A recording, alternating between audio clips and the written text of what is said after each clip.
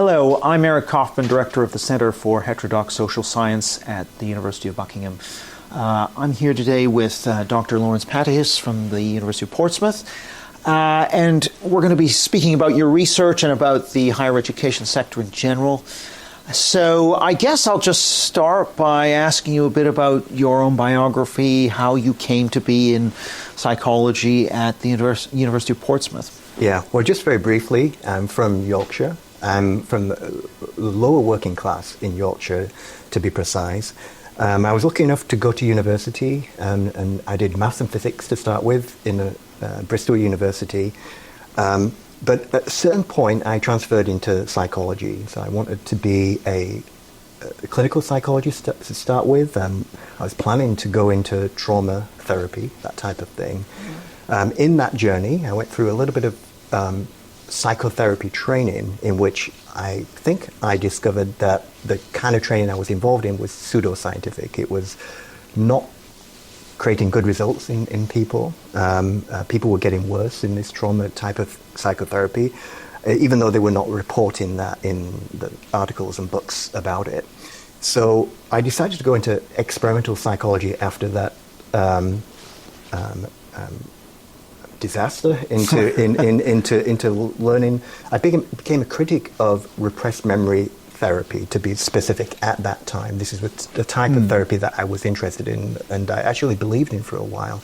So I had this switch in beliefs where I really believed that people repress memories, that we have internal, we store pain, and that builds up and causes problems. And once I discovered that was a kind of pseudoscientific theory, and other people had written about that being pseudoscientific, I went into experimental psychology, which is kind of a more scientific branch of psychology.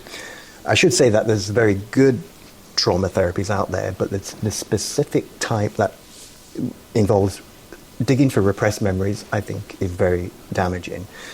In the process of this, you know, those of us interested in it discovered that many of these psychotherapies were cult-like, that had these belief systems in them, such as Scientology had a similar belief system about how you can recall memories like this.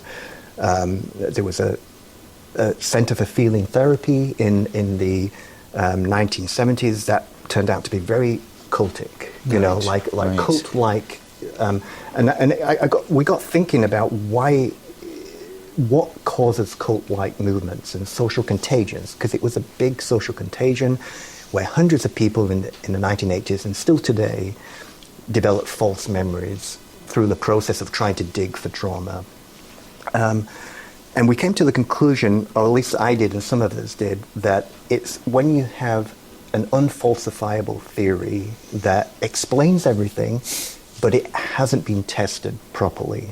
And it cannot be tested sometimes because the concepts involved are so vague, you know, such as things that you cannot measure, such as how do you ever confirm that a repressed memory is real, for example. So vague Freudian-like theories led to bad therapies. Sometimes they were like social contagions, sometimes they were not, you know. So out of all this, so this is a controversial area, and I study it in that I measure people's beliefs in repressed memories. I try and get a feel for, I collect data on how prominent it is in UK society. I've got some data right now. It's probably about 8% of people in the UK, maybe about 4% of the people in the UK have gone into this kind of therapy and come to remember stuff that they did not know before therapy. So that this is many thousands of people probably. And I also study false memories, how false memories are formed, you know, what kind of imagination test, guided imagery can you use, or hypnosis can you use to create false memories in therapy. And what we've found in that area is if you do use hypnosis, guided imagery, EMDR, there's a danger of creating false memories. So this is still important heterodox kind of a scandal in the UK and the US, but it's not as big as it was. It's not as big a problem as maybe some other heterodox issues today. So what comes out of observing these cult-like movements, these social contagions of the 1980s and 90s and so on, is a way of critically thinking that helps you identify new social contagions. And sure enough, those of us who are interested in this area, when new social contagions come up, we identify them and we're interested in them, and we use the same critical thinking skills to identify them as harmful. So there's been some examples of that recently, which is so new that they're still in the controversial stage where you cannot talk about them without. You have to be very careful how you talk about them. Sure. Yeah. Now, what you have to realize is it was like that for the repressed memory scandal in the early 1990s. You couldn't talk about it. People would try and cancel you. Well, tell us a bit more about that first phase, 80s, 90s. What were the memories that people were talking about, and what were the orthodoxies being enforced? I'll pick one thing as an example of a movement that was very much a social contagion. That's a satanic panic. Out of these therapies that thought that you could recover repressed memories, an absurdity emerged where people were using these techniques to try and recover repressed memories. And there was a few books released that talked about satanic cults and remembering satanic cults, and those had an effect, a social contagion on people reading them. And they started to look back into their mind's eye and say, well, okay, what happened to me in childhood? And they started developing false memories of bizarre satanic cults. And this spread through America in the 1980s. It turns out not to be true in any of the cases. So the FBI investigated, and they found, despite hundreds of reports of these satanic cults and killing babies in front of them when they were children, and nothing was ever found substantially. So by the time of 1991, the FBI, somebody who worked at the FBI called Lanning, released a report saying there's never been a single one satanic cult in the US. There's been some satanic movements, but no ritualistic abuse, So this is a great critical thinking tool to think that if this can happen in a whole nation, maybe it can happen again with these new ideas that are coming up. It turned out to be false memories, and the beliefs were so bizarre that But another part of the point here is it did them tremendous harm to believe this. They really believed it, those individuals who were taken up by this, and they were traumatized by thinking that they were traumatized. Right. All sort of a feedback loop almost. Yeah. So this is still a problem, and I still spend a lot of my time split between that and thinking about new heterodox ideas, such as the work that you do. But I'm still really interested in this because I think there's still a lot of work to be done in this area of beliefs about repressed memory and the iatrogenic or the harmfulness that causes. And I guess this is how I can help society by focusing on that. But I'm so interested in other heterodox areas as well now, using exactly the same critical thinking tools that we developed as a result of learning about these scandals, Right. And I was going to say, was the system able to resist? So, for example, did the court say, well, that's your memory, but forensic evidence, documentary evidence has a higher standard, and therefore we will listen to the forensic and documentary over the memories that are being presented in court, or was there any degree to which the judiciary was swayed by this stuff? I'm quite impressed with how the judiciary and all the expert witnesses worked together to solve this problem in a roundabout way that didn't stick because it's still a problem today. But there was some impressive work done at that time, and I think we might actually be worse at resolving these things now compared to then, because some really hard-nosed lawyers, hard-nosed thinkers during that time did some good work. For example, statutes of limitations were introduced to stop these impossible to defend court cases. So people were accused of something 30 years ago, and statutes of limitations were reintroduced, and things like that.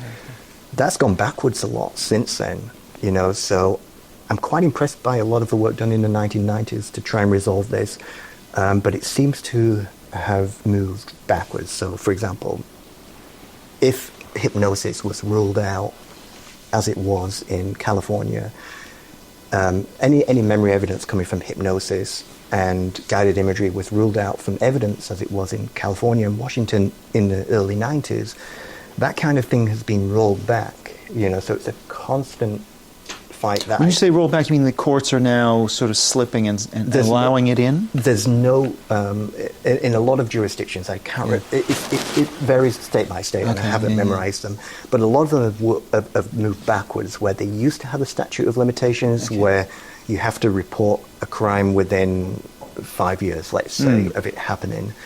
But now in a lot of jurisdictions, it's moved backwards so that you can wait 50 years and then it's impossible to defend yourself. And those, accusations can come out of therapy techniques that are very risky for false memories. So there's a number of critical thinking skills that come out of studying this, and I teach a course on this, and hopefully my students develop these knowledge of social contagions, the weaknesses of cognition. This is the kind of thing that you learn from here, but also that it's really important, and we were talking about this before the interview, that whatever theory you have, and Freud's theory is a perfect example of this, it's not enough that it explains everything. That doesn't mean it's a good theory, right? So, for example, saying that repressed memory explains every single neurotic and psychotic problem in the world, it does explain everything, but it's so vague and untestable that it's not really useful. So this idea of testability or falsifiability is like one of the key critical thinking skills that is kind of etched into my mind after believing these theories that explained everything to me for 17 years. I kind of believed that these repressed memory therapies explained everything in psychology. The reason that we all have problems is trauma. Is this kind of, if you notice, a vague theory that explains everything. Now, there's lots of other vague theories that explain everything out there that are also similarly untrustworthy. Right. Conspiracy theories, for example, Yeah, that like this group of people is causing this problem, and they're in government, and they're bankers, and it explains everything. Tentacles are everywhere. Conspiracy theories is a perfect example of something that explains everything. It's poor thinking, and the reason it's a poor theory is because it's not stated in a way that's testable, and this is really not the most compelling of critical thinking tools, but it is the key, I think, to thinking carefully.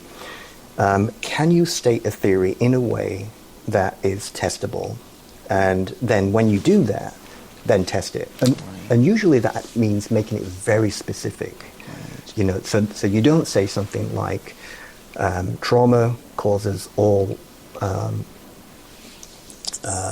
psychological problems. You say, let's measure the relationship between trauma and depression, and then you find a low correlation, and then your whole theory falls apart.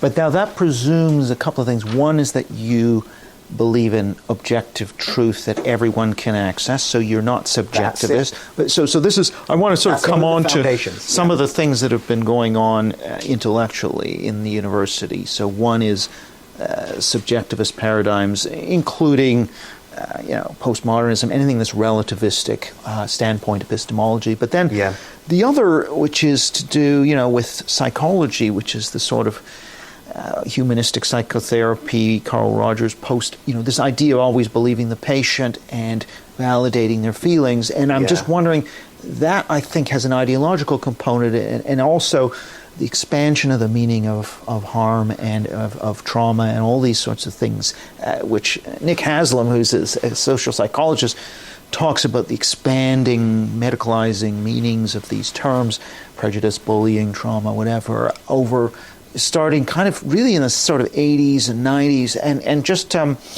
what's happened to psychology as a discipline. I mean, it always did have its more meta-theoretical Freudian stuff, and then the more scientific side, which is about experiments. But I'm just wondering how you see the intellectual development of the discipline, and has that landed us in a bad place? And what do we do about it, really?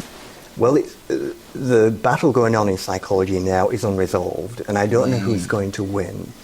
It's still dominated in academia by fairly good empiricists, who think clearly, who are very quiet about the non-empirical critical social justice pressures brought in. So I do speak out about that, but there's a lot of very great thinkers who I admire, who just don't want to waste time arguing against the critical social justice inclusions into ethics forms, and so there is an incursion of this, and it's similar to.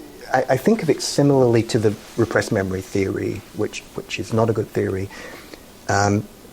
Critical social justice theory, which is approximately that there's oppressed groups. You know all this. That there's a kind of you call it a sacralizing of race, gender, and anything that can be considered an identity group that's oppressed. Right. Disability is a big one, actually, that is not being talked about a lot, and all of these things are difficult to talk about for the great empiricists that I know in academia.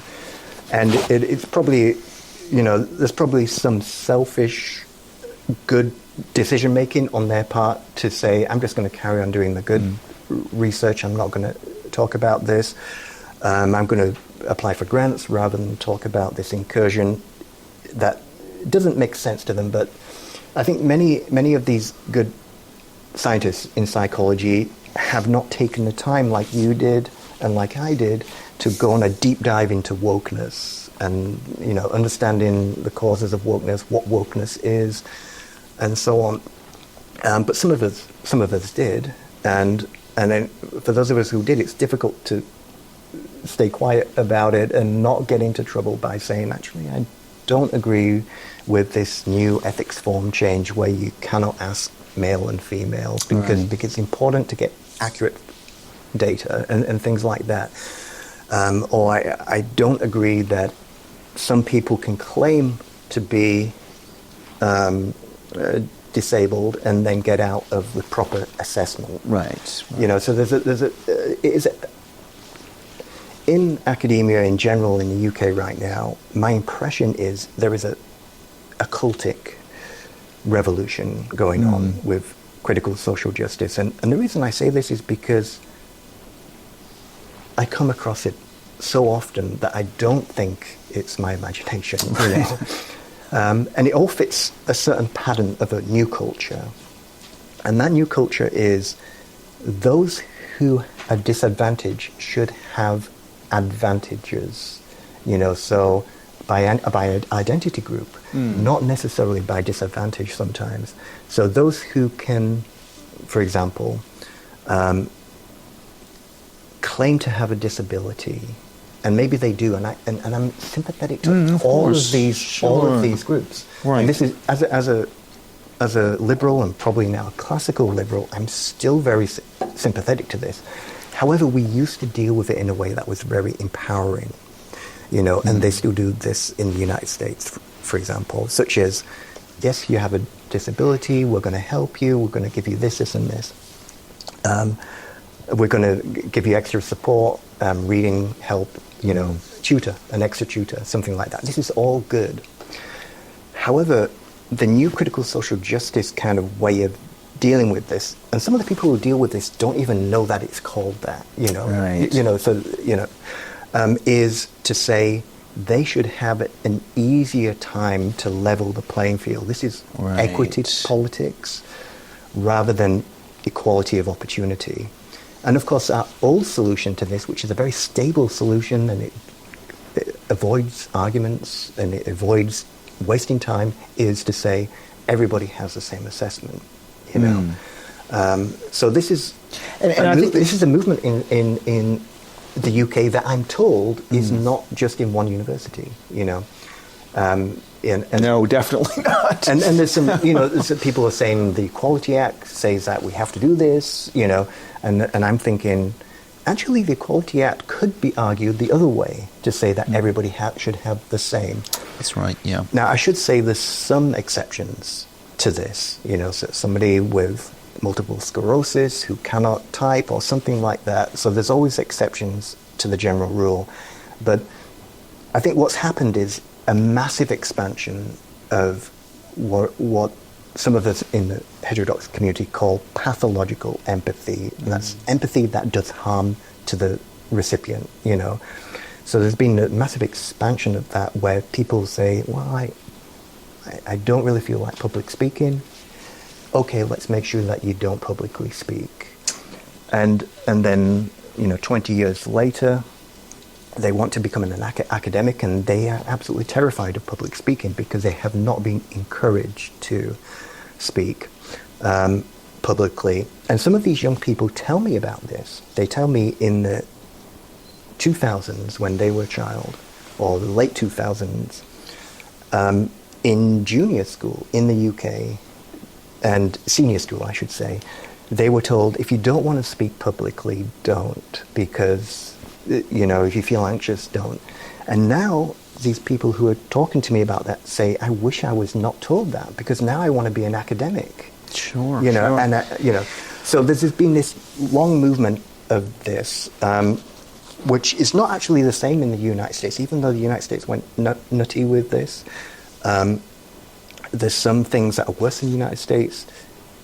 Some things are better. And in education, it's probably better in the United States for encouraging people who have difficulties to work against that. Oh, really? I'm surprised to expose themselves to public speaking and exams. You can't really get out. You can't really get out of exams in the United States, and I think that's good for people. Right. So you can see the parallels between the pathological empathy of repressed memory therapy, where they said, you've been traumatized, let's go and dig for it, and then it does the participant harm. It does the client actual harm.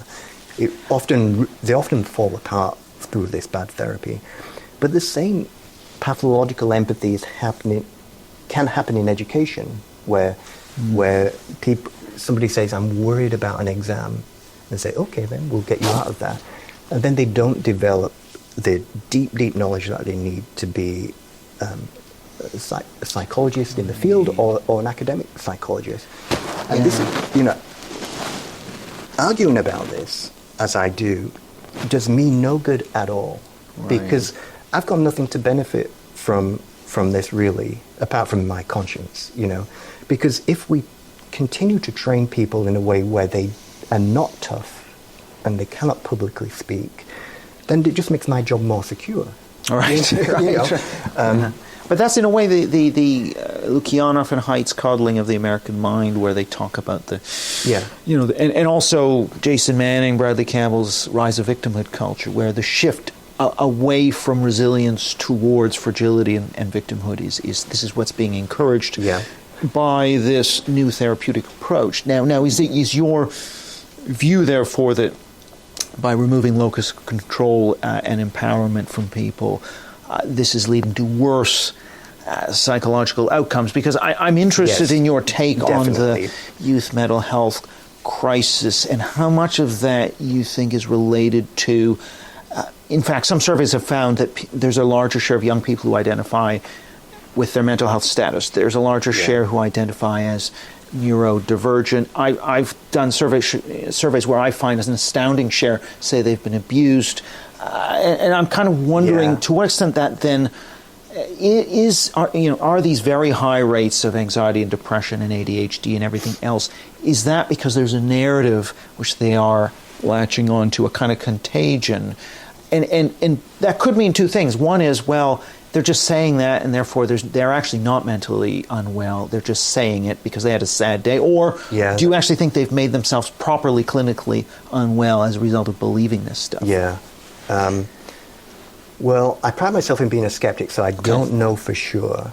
But using these skeptical skills, I think my conclusion is I think the mental health rates have declined. Mental health has declined in the generation that started to get this therapeutic work in education. So kind of, 2005 maybe in schools in the UK and in the United States, school teachers started asking about mental health. This is according to a great book by Dennis Hayes and his co-author called The Therapeutic Rise in Education. So this is a 2009 book that talked about the 2000s bringing in mental health treatments into education. I think those treatments are not very skilled, and they tended, the theory going is they tended to emphasize focusing on feelings that was produce rumination, and then as a result of rumination, young people did ruminate at the encouragement of their teachers, asking them how they felt constantly, and their parents constantly asking them about how they felt. And I'm sympathetic to this because around that time I probably would have thought this is going to work out well. If I were to predict all of this idea of mental health help in schools, I would have said, okay, let's try it. But I think it's gone wrong. And just for basic psychological reasons, such as if you focus on feelings, you ruminate, and that's a cause of depression. So we know all of this already, and it's just a matter of focusing on what we know in good research, which is rumination leads to depression, and then rejecting bad thinking, such as the very vague theories that haven't been tested. So there's two theories going around. One is people who are feeling the mental health has really declined in Gen Z and maybe the millennials a little bit too. And the other feeling is it's not so much declined, I think both is going on, but it's more that they report feeling depressed when they feel sad. And Gen X, like you and me, would have said, I feel sad, but they say I feel depressed. And there may be just a little bit more incentives now to actually go the whole hog and say, I'm depressed. Such as in the 1990s, I would not have been able to get any out of my math and physics exams if I did that. And that's good. I'm glad. I think that is better for people. Maybe just a little bit more support during the 1990s could have been a slight improvement, rather than so maybe there was some room for improvement. But now I think there's such an incentive that to just go the whole hog and say, not only am I sad, but I'm depressed and I need a few months off, or I need an accommodation for an exam or something like that. So this is going on throughout the UK, and the problem with it is it doesn't really build strength, and it's cruel in a way because I don't think there's any way of getting that top level job if you go through education in this way. I don't think if you don't develop your real learning, you're not going to be able to interview well for a psychology job. And just years and years of being rewarded for claiming rewarded for mental health reporting and so on, just may knock them out of the running for a professional career. Right. So in the end, this actually damages the quote-unquote oppressed more than it helps them. I mean, it puts me in mind of just, just thinking about, I guess, in a way, broadly speaking, this is a sort of leveling down. That what we might call the institutional establishment seems to prefer leveling down by saying, you don't have a pathology, it's just an identity, the system's at fault, and you're not an outlier, you're normal. The mainstream is pathologizing you, and therefore we need to feel sorry for you, we don't need to fix you. But instead of trying to say, how can we help you and empower you so that you can come up to the norm or the mainstream, they want to sort of pathologize the mainstream, and that I think is a political project. And I'm just wondering how you in terms of the academy, in terms of professional societies and journals and associations, how do you see this playing out? So what kind of conformist orthodox pressures do you find out there in the field, and how constraining and smothering are they to somebody who just wants to pursue truth? Like, is truth in your field being distorted by politics and ideology through orthodoxy? Yes, and it's not very encouraging for those of us who, I mean, it's distorted by the same kind of critical social justice way of looking at things. Everywhere you look, and I don't know if it's me just seeing it everywhere, it's like it's my new unfalsifiable theory. So I'm always trying to think carefully about my own theories, but it's very prominent in a way that's really depressing to people who are interested in truth. So, for example, every time I get a magazine from the British Psychological Societies, there's some critical social justice on one of them in two magazines in a row just recently, for example, just to show that it's very persistent. Such as one magazine cover was, should psychology be an activist? And it was saying that we should. Right. It was arguing that we should because I cannot deal with my, the author was writing, I cannot deal with my anger anymore, and I must say something about Palestine or something like that in my job as a psychologist. So that is, it really feels to those of us who don't want that kind of politics in psychology, it feels like we've lost. I mean, I don't know how I could possibly turn this around. I don't think there's enough of us who are brave enough to say something. I think there's enough of us who are not brave enough to say something, who understand it.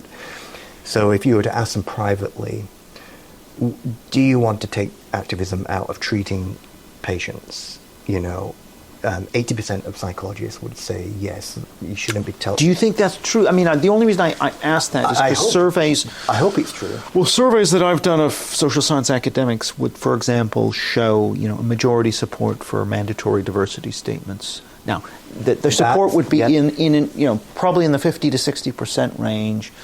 Social scientists leading universities. Now, this is anonymously answered. And more would support affirmative action on race, sex, even for curricula, than would oppose. So now, I think those numbers have shifted a bit in the U.S. certainly in the last few years, as there's an awareness of how toxic this is. But I think it's still. I just think there is almost like a background, ambient public morality around what Haidt calls the care, harm, and equality moral foundations that are just almost taken for granted by a lot of academics, and regardless of what field they're in. And I just think they aren't necessarily so opposed to these things. I mean, they're probably opposed to the more extreme manifestations like canceling. They are more opposed to, so most of them don't support canceling. But certainly the intrusion of these narratives, DEI, all this sort of stuff, I think actually the majority are probably going the wrong. So, but you're right. I mean, I just note like Steven Pinker and the others who kind of publicly criticized, these psychologists. Well, he's got a very stable. A lot of these professors have a very stable position where it's not that much of a risk for them to say something. And in fact, they can become mini heroes from doing so. But it's very difficult for those who don't have as prominent a position or as a stable position as a Harvard professor has, you know.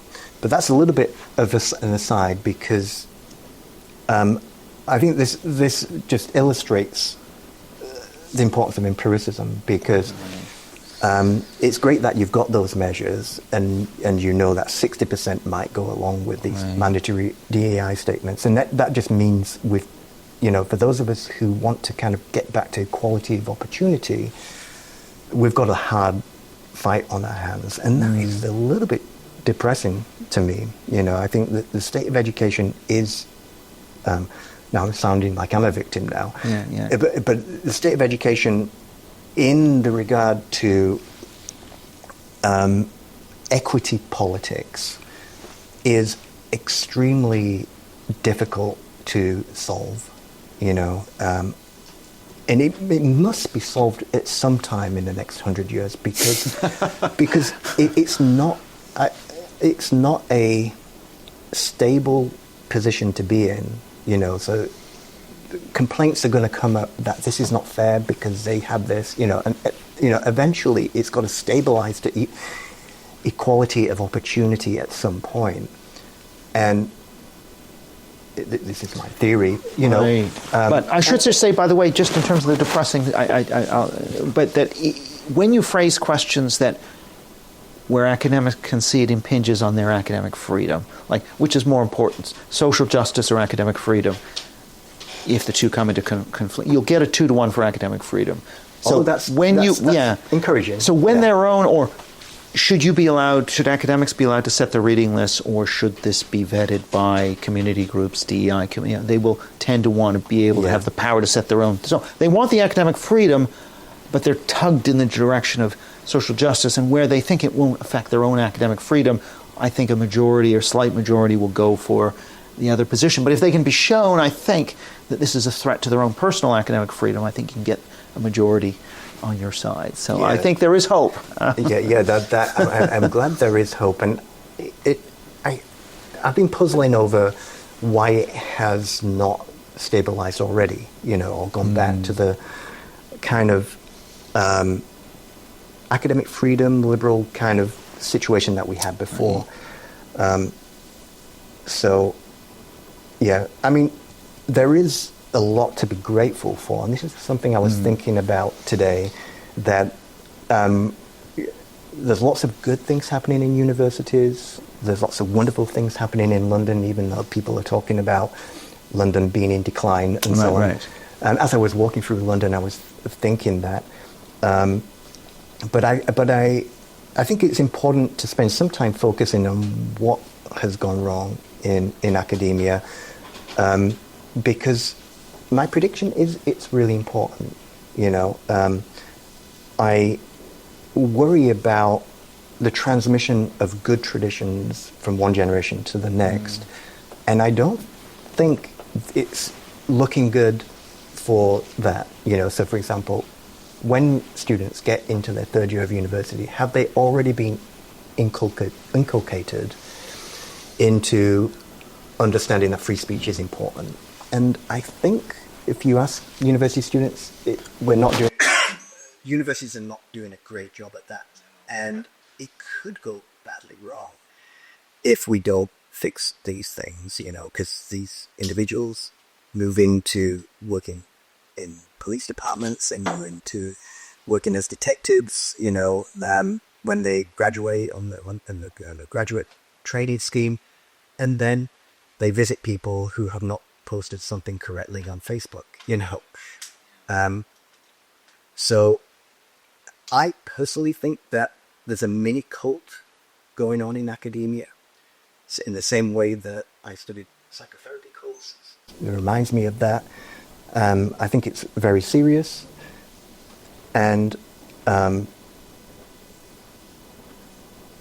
don't know how it's going to be solved.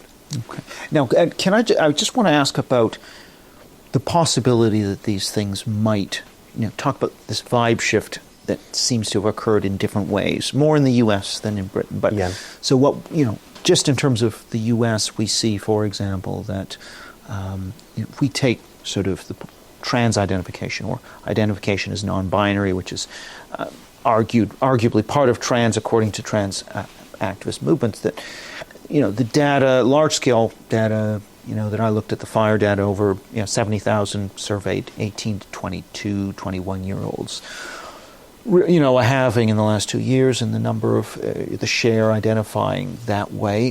The mental health crisis sort of peaks around 2021, just after the pandemic, and we've had several years of improved mental health. Yeah. Do we think that these are, is it possible that some of these things, A, were social contagions, B, are improving because those contagions are losing force?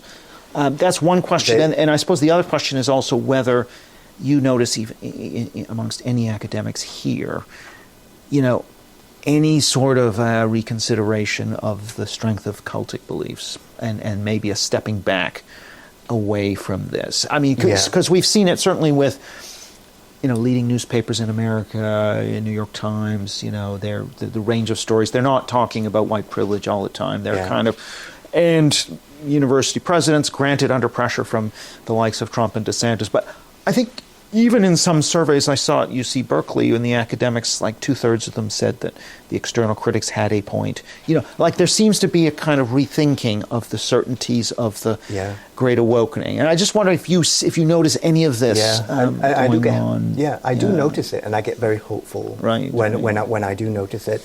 But then I think maybe it's a case of the UK being a few years behind the US again, which is ridiculous. I think some of the UK academics are brighter than US academics, or very equivalent. But in the same way that there was a delay, and let's take it step by step, there was a delay in the social contagion of satanic panic from the US to the UK. Okay. So the late 1980s it came to the UK. Same with critical social justice. There was a delay where it was developed in Berkeley for many years, and then it came over to the UK. I think in the UK there's a little bit of a delay in correction, right? So UK academics are still thinking that we should have diversity statements more than the evolution in US academics. So, I am hopeful that it's improving, but if I could draw some parallels to the satanic panic and the repressed memory saga, once people are inculcated in that theory of repressed memories, they tend to stay, there tends to be a few of them who stay with it for decades and decades until they pass away. So it's going to be the same relentlessness in the unfalsifiable aspects of gender identity, the unfalsifiable aspects of critical race theory. All of these things are going to persist probably for 100 years as these unfalsifiable theories that explain everything but are not testable. And so they're going to stay around as semi-religions. But there is something positive to look forward to, and that is only the only unfalsifiable theories that tend to survive are the ones that for hundreds and hundreds and hundreds of years are those that actually benefit people in some roundabout way, such as the stable religions of the world. Even though they are unfalsifiable, I don't believe in them. The cultic ones tend to last for a few years, maybe 100 years, and die out. The ones that actually help people have stable families, reproduce more than other groups of people, those are the only ones that seem to survive out of the unfalsifiable theories. So that's something promising. And I don't think any of the critical social justice theories help with survival, reproduction, thriving.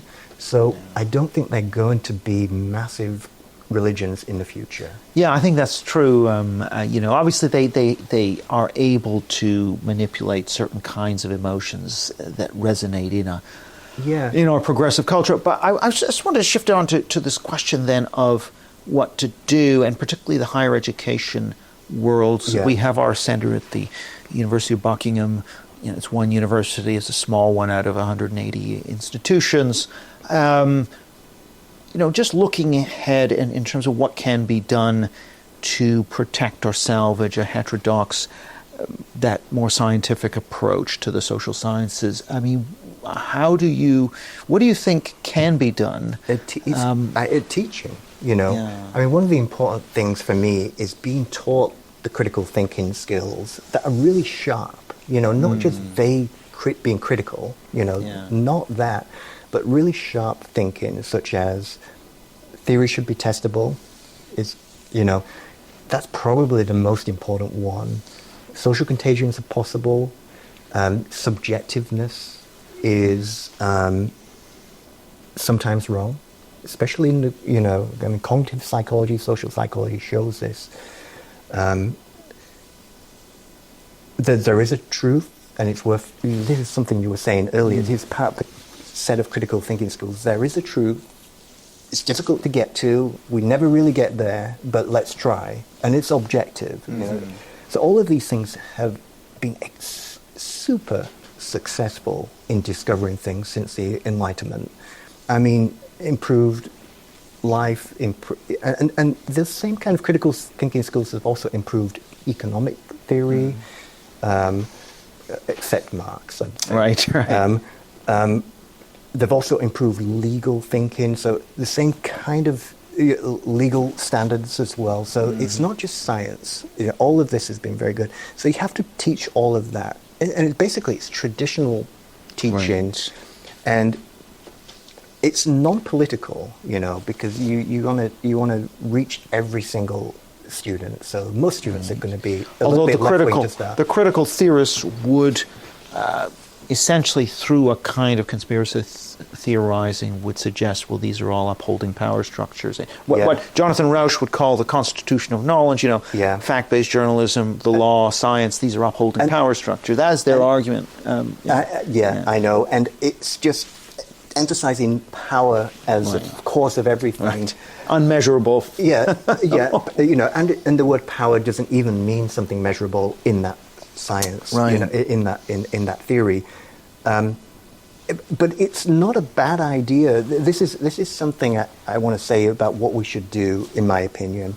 We should acknowledge that people with learning disabilities exist, be very caring to individuals with depression, when dealing with that particular social contagion that's going on. So I think we should compete for being moral with the critical social justice mob. I think we should compete, I think we should maybe try to be humanists and say, this is not good for people because it causes them suffering. This is our argument from the heterodox side. So we are also care-oriented. Not everybody has to be, but we're fairness-oriented. So when assessments are not fair for some people, then that's our argument.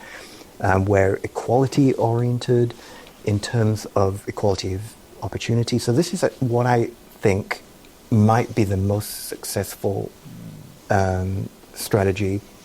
It's also But that accepts a sort of cruel to be kind logic that sometimes people need a bit of tough medicine, and it's going to help them in the long run. Yeah, but I think even how you frame that is crucial. So I don't think we should frame it as you have to be cruel to be kind. It gives the argument over to those who would say we have to treat people differently. So we should say we want to treat everybody equally. We should use the law, the Equality Act, to argue that case. We should say the Equality Act of 2010 doesn't argue that you treat different people differently, but treat people the same. And the other thing I think we should also acknowledge, there's a little bit of truth to power theory. So this is another thing. So we should acknowledge that we should care for people, but we should also acknowledge that the critical theorists were a little bit right sometimes, that for some people in some groups they did oppress them, and oppression is a thing that sometimes happens, but it's not always the thing that explains everything. Right, but it also requires but the onus is also on them to measure, test, and falsify. Right, so Exactly. we don't know that society is no longer systemically racist. Could well be, just like it's no longer systemically anti-Catholic, could be a truth, and it's up to them to actually show these, measure and operationalize these so-called systemic forces, which they don't. Right, so yeah, and that's their trick. They're ideologically trapped to always believe that it's always power. Right. Always there, yeah. And they don't define it enough so that they reserve that word oppression or power for the Taliban, and that kind of fits, or the Chinese treatment of the Uyghurs, that kind of fits. Yes, keep that word oppression for that. But I think because it's kind of measurable, because there's actually physical force being used, there's real things that you can really measure, and that's oppression. But I think you have to question the invisible type of oppression that they have theorized about, such as there's a patriarchy that's stopping you from being happy, and then you look at the society and you think critically, like we do, and think, hang on a minute, I don't think there's a patriarchy here, because look at everything that's happened. Look at the power of these groups. Look at the number of people going into work, and so I don't know what the difference is in thinking styles here. I don't know why we come to the conclusion that the UK is not a patriarchy. Right. And I think it's something to do with our shared empiricism, right? So we think, okay, is it? Right. And then we think, what's the evidence for that? And then we just, we've got a lot of prior knowledge that we pull on. We know that there's not any laws discriminating between men and women, and then we come to the conclusion, no, I don't think it's a patriarchy. But I think so this is very empirical compared to just pure theoretical. But I think also it does require you to be a bit of a heretic, so that you have to be willing to step outside a mantra like trans women are women, or in the case of Canada, where I'm from, this whole residential schools genocide narrative, it's a sacred cow that nobody could question. It takes people who kind of are a bit contrarian and kind of like to ruffle feathers, or at least are willing to sort of walk on that holy carpet and say, actually, the emperor has no clothes, and prove it to me.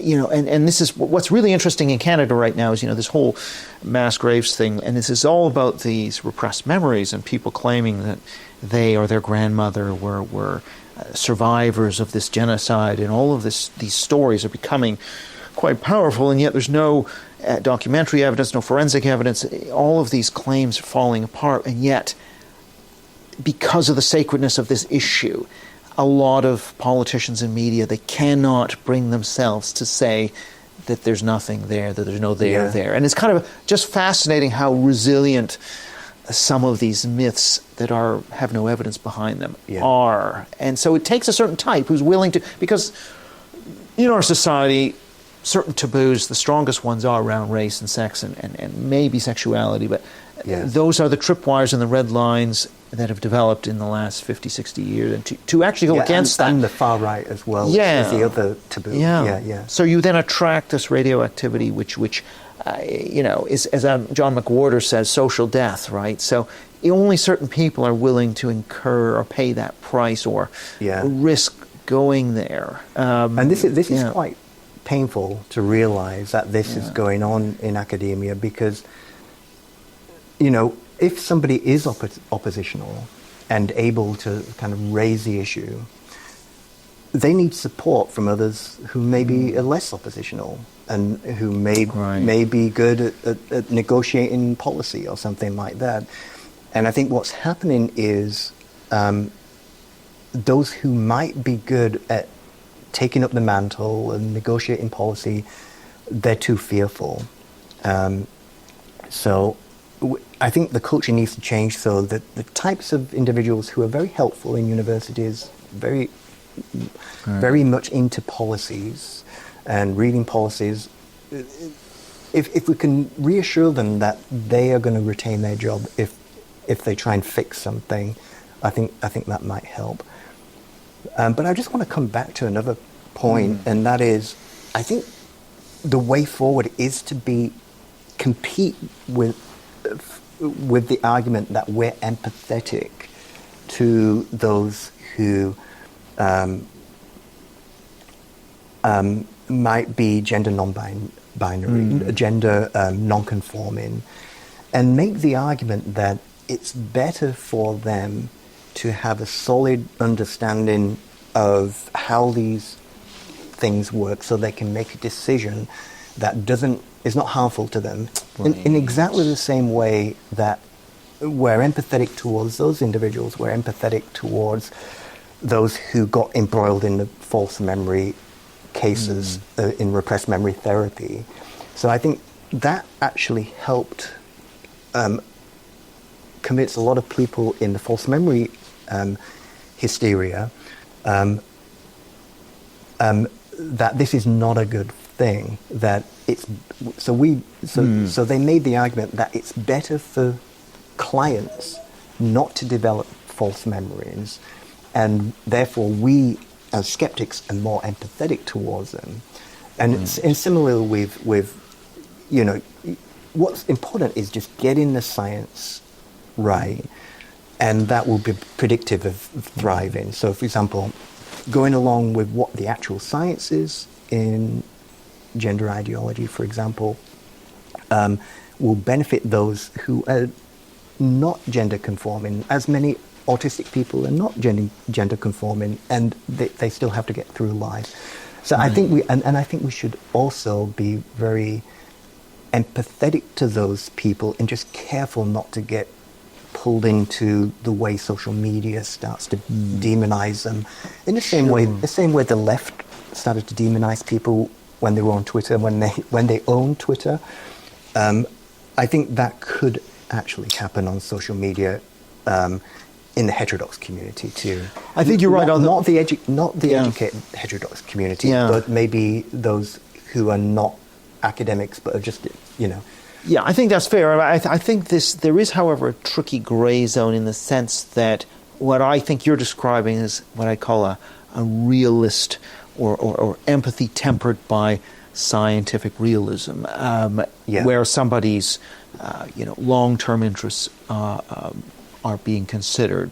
But the problem is when you get members of these groups who would say, you're suggesting that I might have repressed memory, or that I might be believing things because of social contagion, and that's emotionally traumatizing, and you're erasing my identity. And all these slogans, which of course they've been taught as part of the politicization process. Yeah.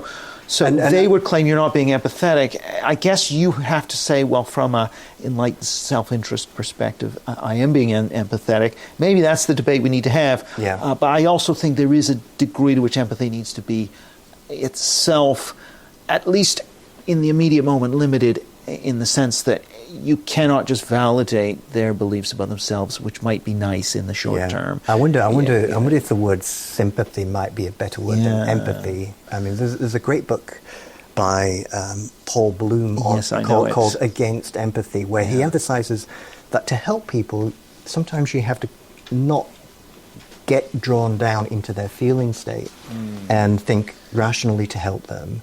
And I think this is a very good lesson for psychologists to understand. So, I think there's two things going on here. Is our focus is what is good for the person's thriving, right. Rather than are they going to be a little bit upset for a few seconds by their worldview being challenged, So approach would be, if we challenge their worldview and then they realize that their theory is wrong, they could go on to have a really thriving life. Right. You know, because they understand that you know, that maybe more the scientific view of where they are, you know, rather than the ideological view of where they are, and then they can start making good decisions. You know, I mean, I think Chloe Cole is a good example of this, where she detransitioned. It's a very controversial area, but I think because she's got a good empirical view of where she was, what happened to her, I think she's got a chance to thrive in life now, compared to if she had become stuck in an ideology. Right. And this is very controversial stuff that nobody wants to talk about, but I say it with care in mind, in the same way that I care about those who develop repressed memories, you know. And the position that we got into is we kind of never blame the person who gets embroiled into these theories, but in the repressed memory debacle, we tended to blame therapists rather than the clients. So therapists should not be doing this because it doesn't make ideological sense. And if you could compare both scandals, one of the things that have helped limit the number of false memories being produced in America was legal cases and medical malpractice cases against therapists. And then all of a sudden, the problem was much less. You know, so How interesting. That might be what needs to happen in other iatrogenic therapies as well. But I think there's also, but also there's this wider political context where for people who need political meaning, for whom politics is a meaning system, they would much rather have somebody say that they are a victim and that the system needs to change than to say the system's working fine and you know, we're going to help you, we're going to raise you up, we're not going to level down the system and the oppressor groups, but we're going to raise up the oppressed group. And it's a very different mindset, right? This is not just a new idea either. You know, this is, you know, strategizing and making yourself the victim is probably something that's gone on in human society for thousands of years. That's true. And I think I've read about that sometimes. Not as much as today, but Lawrence, this has been a fascinating conversation, and just to really wrap it up, I'm interested in where your research is going, and in particular, work you want to do, perhaps under the auspices of the Center for Heterodox Social Science. What are your thoughts in this? Well, I'm still dedicated to trying to help solve the problem of repressed memories in society, so that takes up half of my time. And then we've also got some research going on in the heterodox field, more in the heterodox field. So at the moment we're studying, collecting data on comparing people's belief about offense, because taking offense of things has been a very prominent thing in the new culture. But we think that people actually, in private, do not find things offensive, but they think everybody else thinks they're offensive. So it's this public-private thing that myself and Ed Morrison at University of Portsmouth are studying at the moment. The other thing that I'm interested in, and I worked with master's degree students on this last year, is just, I have a concern in forensic psychology that there's never anybody who there's a left-wing bias in forensic psychology. In other words, and what I think has never been studied before, but it's a massive possible area, is whether fatherlessness causes crime. And I'm very surprised that whenever I look at past research on this, they do tend to find correlations. But then when you read the discussion section, they downplay it and say, when you control for SES, you know, fatherlessness is not important. And at no point in this research do they suggest that maybe father presence should be encouraged. Right. And so what we found last year is, yes, there is big correlations in if you find a data set, for example, of juvenile delinquents in the United States, 85% of them will be from fatherless homes. Right.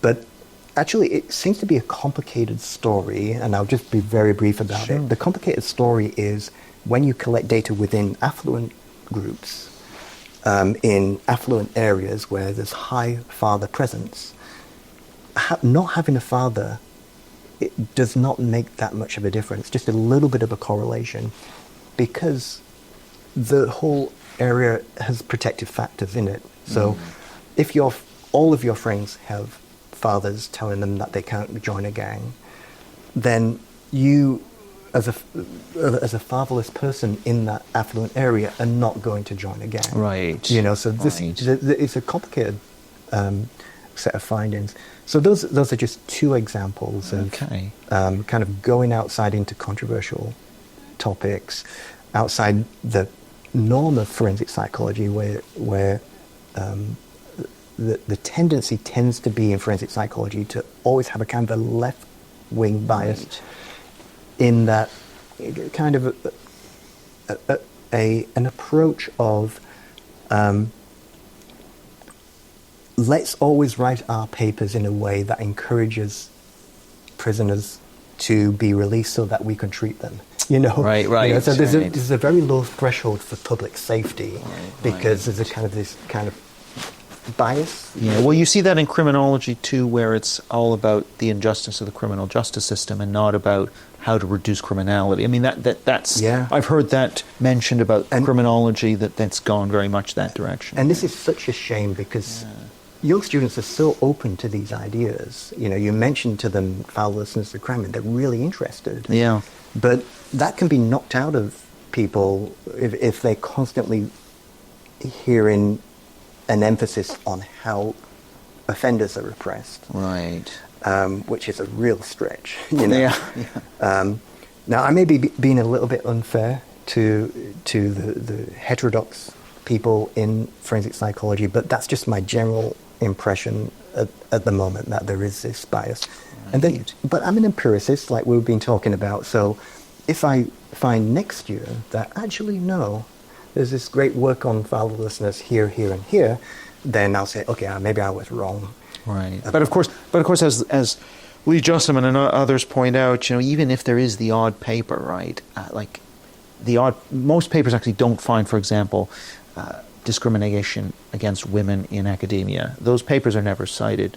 Likewise, in courses, you know, where they teach the new Jim Crow or these other more radical texts, you know, those texts are taught massively and with no counter. I mean, there's a very few, and this is a study by John Shields and colleagues, right, of millions of syllabi. So even if there are some heterodox voices out, they're important, but still the system can grind on. First of all, it's hard to get published, to publish that stuff, and you lose privileges.